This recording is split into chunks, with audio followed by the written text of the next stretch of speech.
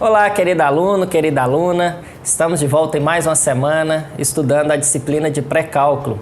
Para quem se esqueceu, meu nome é Paulo Eustáquio e estamos trabalhando com essa disciplina como fundamento para as disciplinas de cálculo e geometria, principalmente essas duas ao longo do seu curso de engenharia. Hoje estaremos falando um pouco sobre posição geográfica. E nada mais claro, mais fácil de entender do que usar a imagem de um GPS. Creio que quase todos já usaram ou já viram alguém usando na vida. Aqui eu peguei uma pequena ilustração do programa Waze, que é um programa gratuito de boa funcionalidade, pegando algum trecho de São Paulo. E aí, na sua localização, você consegue saber exatamente qual o sentido que você está preenchendo a via, outras pessoas, além de outras informações que tem. E essas informações, elas são dadas e são obtidas com exatidão graças às nossas coordenadas geográficas. E essas coordenadas geográficas em matemática, nós vamos substituir por coordenadas cartesianas. Tem esse nome aí graças a Cartês que as desenvolveu. Basicamente, da mesma forma como se eu tivesse eixos de rua, eu tenho dois eixos. O eixo das abscissas, que é o eixo X, e na vertical o eixo das ordenadas, que é o eixo Y. E para representar a posição, assim como a posição que esse motorista se encontra em São Paulo, nós podemos substituir por ponto, tendo o valor de X e o valor de Y. Então, para ficar mais claro esse entendimento, vamos dar alguns exemplos. Vamos supor o ponto A 2 e 3. O que isso significa? É a posição que esse indivíduo A se encontra. Então, sempre no eixo cartesiano, o primeiro valor é referente a X e o segundo valor referente a Y. Então, se o meu valor X é 2, quer dizer que eu estou localizado aqui, mas não necessariamente nesse ponto. Isso aqui é um erro comum, porque o 2 é a posição em X, ou seja, é a posição, mas podendo variar em toda a extensão que corta o valor 2 de X. Da mesma forma, o valor 3 para Y, marcando aqui o 3 em Y, para achar então um ponto, não basta apenas uma informação, mas eu preciso das duas. Então, ou seja, valor de x igual a 2 pode ser qualquer local dessa linha pontilhada. E o valor de y igual a 3, da mesma forma, pode ser qualquer um desses locais. Cruzando as duas informações, eu tenho a minha posição exata, que é representada então pelo ponto A como sendo 2 e 3. E aí, da mesma forma, a gente pode representar vários pontos, lembrando que no ponto de origem, o ponto 0, ele divide pontos negativos e pontos positivos. Por isso, a importância da seta na reta. A seta, então, está indicando que à esquerda o meu valor está crescendo e o y crescendo no sentido para cima, né? Ou seja, na vertical aqui, quanto mais alto, maior é o meu valor, para baixo sendo negativo. Então, só para fins de exemplificação, vamos imaginar outro ponto, ponto B, menos 2 e 1.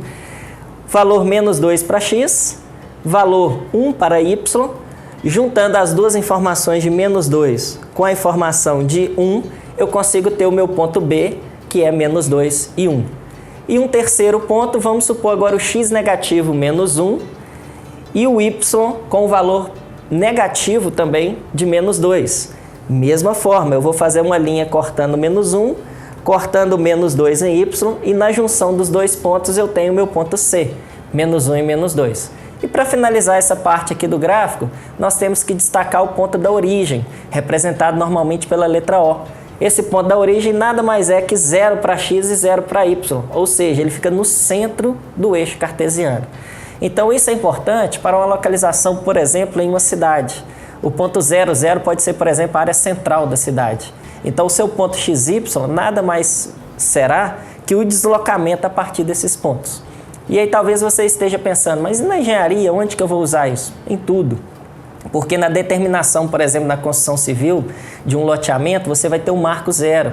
E a posição que você vai fazer as suas fundações, seus pilares, vão ser todas coordenadas XY a partir desse ponto.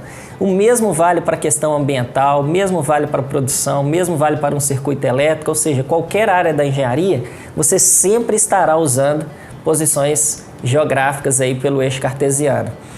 E aí, para nós entendermos um pouco mais da utilização deste eixo cartesiano, vamos utilizar dois pontos anteriores. Eu vou pegar o ponto A, 2 e 3, e vou pegar o ponto C, menos 1 e menos 2. A figura, ou seja, o elemento gráfico que liga esses dois pontos, na menor distância possível, é justamente uma reta. Ou seja, reta, então, nada mais é que a ligação entre dois pontos. E a menor ligação em dois pontos, porque qualquer curva que eu fizesse ficaria um pouco maior. Ou seja, é como se você quisesse deslocar do ponto A para o ponto B e podendo andar sem obstáculo nenhum.